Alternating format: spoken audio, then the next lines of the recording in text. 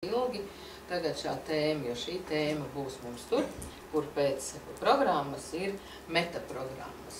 Tad mēs runāsim ļoti daudz par valodu un domāšanas šabloniem, un šī valoda un domāšanas šabloni ir ļoti interesanti tajā ziņā, ka viņi norāda uz cilvēku talantiem. Līdz ar to uzreiz var diagnosticēt un pateikt, kādi ir tavi talanti, ko tev vajadzētu strādāt, ko tev vajadzētu mācīties, lai tu varētu strādāt. Jo pie šīs valodu diagnostikas, labdien, mēs ļoti labi varam šos domāšanas šablonus saskatīt. Šo tēmu tik dziļi, lai jūs uzreiz paši varētu ar viņu iet mājās un bezgala precīzi diagnosticēt savus darbiniekus vai līdzcilvēkus, tik dziļi mēs šo tēmu neapgūsim. Tādēļ mums katru gadu šis viena tēma tiek pasniegt arī atsevišķā seminārā, kur notiek vairāk prakses, jo, lai šo tēmu apgūtu, ir diezgan daudz jāpraktizē. Tātad ir jālasa pēc iespējas vairāk uzrakstītā teksta, lai analizētu cilvēku domāšanas šablonus un noteiktu, kādi ir viņa talanti, ko viņiem vajadzētu strādāt. Un no kā viņš droši var atteikties un nemocīt sevi, savu priekšnieku un savus līdzcilvēkus, kas ir ģimenē. Tā kā lingvistikā ir ļoti daudz interesantu cilvēka rādītāju. Tā ir valoda un viņa izvēlētie vārdi. Nākamais burtiņš ir P, un zem šī P slēpjās mūsu uzvedības modeļi. Jau tikko kā es runāju par uzvedības modeļiem, zem vārdiņa programma, programmēšana, ir paslēpta doma par to, ka cilvēku uzvedības modeļi veidojās diezgan agrīnā viņa vecumā. Viņi izveido savus, jau atkal varētu teikt, tādus šablonus, un uz šiem šabloniem nāk tikai pieredze klāt, un būtībā cilvēks maz mainās savos uzvedības modeļos. Zinot šos uzvedības modeļus, tā būtu bijusi mūsu trešā tēma, nākamie trīs atkal cilvēki, kas būtu pildījuši mazu uzdevumiņu. Zem šiem uzvedības modeļiem mēs varam atkal diagnosticēt cilvēka vajadzību realitātei sevi piepildīt, kādas viņam ir vajadzības no realitātes rīkoties un darboties tieši tā, kā viņš to dara. Un līdz ar to atkal cilvēks kļūst prognozējams. Un šajā uzvedības modeļu sadaļā ir interesanti, ka zinot, pareizāk nezinot, bet redzot cilvēku, mēs varam jau pateikt, kāda ir viņa uzvedības modeļa. Kāpēc? Tāpēc, ka ejot uz veikalu un pērkot šo dzeltenu oranžo šallīti, cilvēks ir parādījis savu uzvedības modeli, jo tu viņu nopirki, vai viņu tev uzdāvināja, zinot, varbūt tavas mīļās krāsas kāds, ja? Nu, lūk, izvēloties savus rotas, izvēloties savu apģērbu, izvēloties savus apavus un redzot, kā cilvēks arī par saviem aksesuāriem, šajā gadījumā apavi, apģērbs un rotas rūpējās, tas ir redzams. Kā viņš rūpējās par savu matu sakārtojumu, tas ir redzams. Ja? Kā viņš lieto make-upu, šajā gadījumā dāmas, tas ir redzams. Līdz ar to, saliekot viņa darbības kopā, mēs varam pateikt atkal, kāda ir domāšanas princips un ko no realitātes cilvēks pieprasa, kas viņam ir vajadzīgs. Kāda ir viņa prasība no realitātes.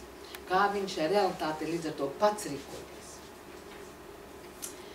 Un šī tēmiņa ir diezgan arī daudz laika atvēlēt programmā. Nu, lūk, bet runājot par programmēšanu kā vārdiņu, kur izvēlējās NLP radītāji, jums būs materiālā par abiem NLP radītājiem un viņu līdzgaitniekiem arī informāciju varēsiet izlasīt. Mēs šiem vēsturiskiem faktiem laiku neatvēlēsim, lai to jūs, kam būs interesi, lasīsiet.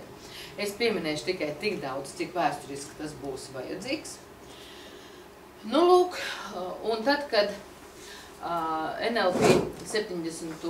gadu sākumā, pagājušā gadsimta 70. gadu sākumā Kalifornijā, Santa Krūzes augstskolā, varētu teikt, piedzima, un piedzima kā uzdevums studentiem 4. kursā, līdzīgi kā tagad ir mūsu skolās, ir projekta nedēļas.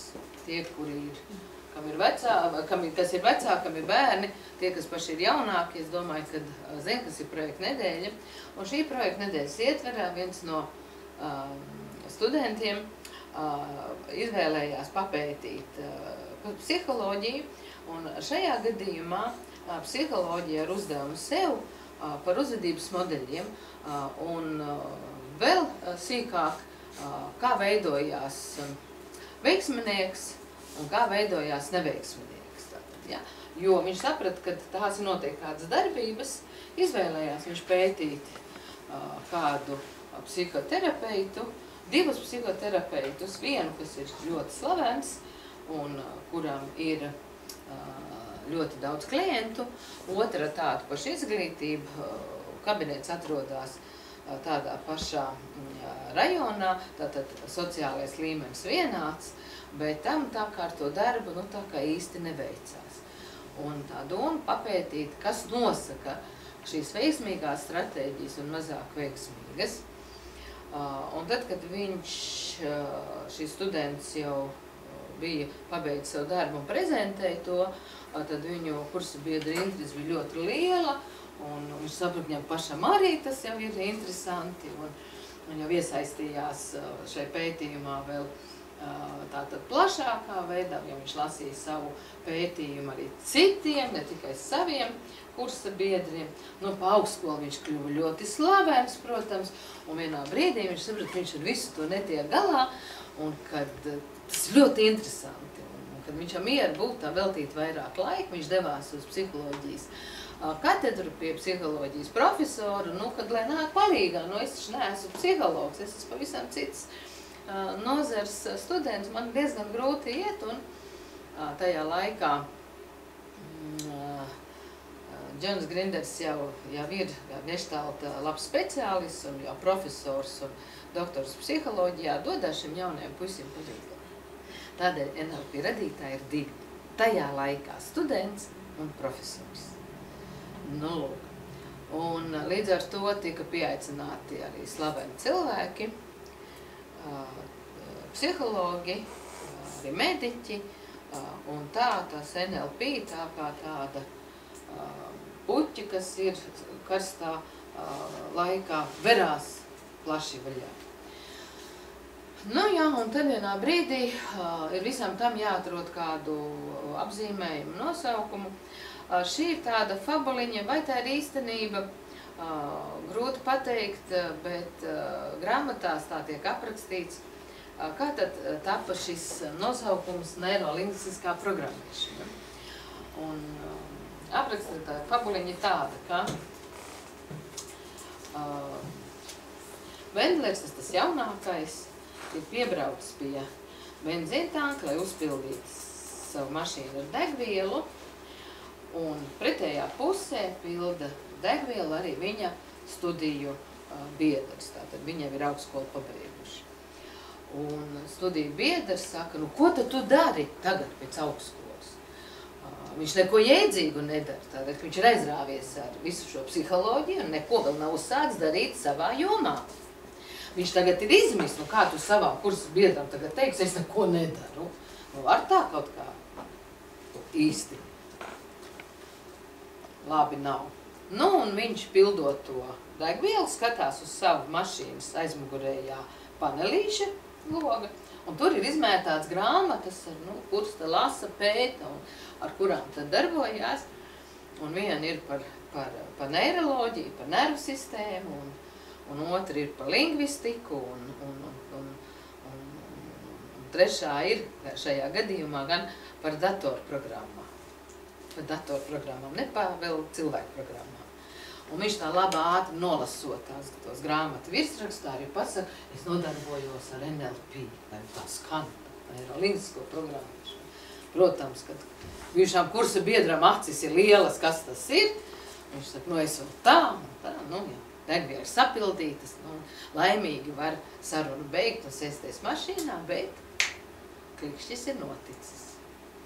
Un var doties jau mājās un pierakstīt un pāanalizēt, vai tās grāmatas, kuras tiek lasītas un no kurām tiek smelta informācija, atbilst tiešām tam, ko mēs darām, un saliekot visu kopā. Jā, NLP dibinātāji saprata, ka viņi nodarbojās ar neiroloģiju, jeb informācijas uztveres pētīšanu, to apstrādu un atkodēšanu. Atkodēšana šajā gadījumā saplūst ar lingvistiku, jo cilvēks domājot un liekot lietā savu pieredzi, runā un stāsta par realitāti, kuru viņš ir uztvēris. Un jā, un mēs pētām tiešām šos veiksminieks un neveiksminieks, un tie ir viņu uzvedības modeļi. Bet tiem uzvedības modeļiem tā gāja kā gāja, jo pareizāk to vārdiņu programmēšanu viņi atrada sengrieķu valodā, jo tad, kad viņi savos pētījumos saprata, ka šie uzvedības modeļi diezgan ātri jau tiek bērnībā nostiprināti, gan kodējot informāciju no ģimenes un tās vietas, kur bērns aug, gan no tās apkārtnes, kurā viņš ir. Un vērojot, kā šie uzvedības modeļi tiek kopēti, tātad cilvēks pats savus uzvedības modeļus visu laiku kopē. Katru rītu, ja mēs ģērbimies, tad mēs dodamies pie sava skapja, pie savām rotām, dodamies pie sava spoguļa, uz savām citām lietām un darbojamies diezgan līdzīgi katru rītu. Un diezgan līdzīgi darot kādus darbus, mēs atkal un atkal kopējam jau iepriekš iestrādātus, noslīpētus, gan iemācītus, gan novērotus šos uzvedības modeļus, kas jau kļūst par mūsu uzvedības normām. Un saprotot, kad mēs šos uzvedības modeļus kopējam, sengrieķu valodā vārdiņš programma atbilda tieši tam, ko mēs darām. Un vārdiņš programma tulkojumā no sengrieķu valodas nozīmē secīgu soļu atkārtošanu. Tādēļ arī datorā lieto jēdzienu programma un programmēšana. Ja jums ir ieprogrammēts, ka jums uz F1 ir garumzīme, tad jūs spiedīsiet no rīta, vakarā vai pēcpusdienā, jūs vienmēr dabūsiet šī taustiņa darbību. Jo viņa ir ieprogrammēta, ja? Kā lūdzu? Es tā, ka viņa pēkšņi pazūd, nevar saprast, kur viņa ir. Jā, tad jau jūs, ja neesat speciālisti, vai jūs pateiksiet. Un tad, kad jūs uzvedības modelis sašķobās, jūs taču arī reti, kad saprotat, kas ar jums notiek. Jūs meklējat noteikti psihologu vai psihoterapeitu. Tā mēdz būt, piekrīt.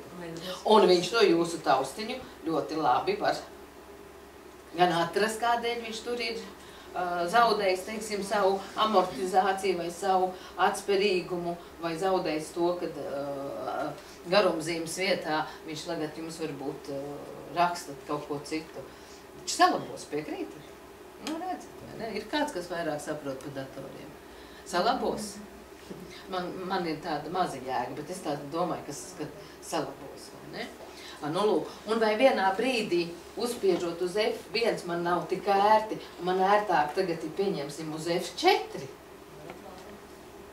Tas nav problēmas. Es aizēju pie speciālistu, saku, tu zini, man nav ērti ar to F1. Ja? Man tagad vajadzētu šitajā taustiņā tās garumzīmes. Notiek? Notiek. Un izrādās ar cilvēku attāju. Tādēļ šo vārdiņu programmēšana arī NLP pamatlicē izvērtējās, jo saprata, ka cilvēks savus uzvedības modeļus kopē. tās kopijas būtu mēs varējuši labi pateikt jums un jau padiagnosticēt, ja būtu piekrituši pastrādāt praktiski. Bet, nu, ja ne, tad ne. Nu, lūk, līdz ar to ir tāds mazs zīmējumiņš, mēs arī pie šī zīmējuma, ar šo zīmējumu mēs arī sāksim mūsu nākamo nodarbību. Būs tāds zīmeņš, jūs varat nezīmēt, dievdēļ nezīmēt, jo jums nākamā nodarbībā viņš būs uzzīmēts, tagad mierīgi atpūšaties, lai jūs nepiegursit, jums vēl vesela diena ir priekšā. Tā kā sēžat tik un klausaties, baudat vienreiz, kad viss jums tiek izdarīts priekšā. Nu, lūk, būs mums tāds cilvēciņš, mēs ar viņu strādāsim, mēs pie viņa ļoti daudz atgriezīsimies, jo ar šī cilvēciņa šādu zīmējumu mēs arī ļoti labi izpratīsim šos 3 burtiņus un visu mūsu programmu, par kuru mēs tūlīt ķersimies klāt un jau daudz cītīgāk runāsim. Mēs runāsim tātad par to, kad ir realitāte. No šīs realitātes, kurā mēs esam 7, jau kaut kāds laikam 3 miljardi, kodējam informāciju, tātad mēs kodējam viņu ar redzi, ar dzirdi,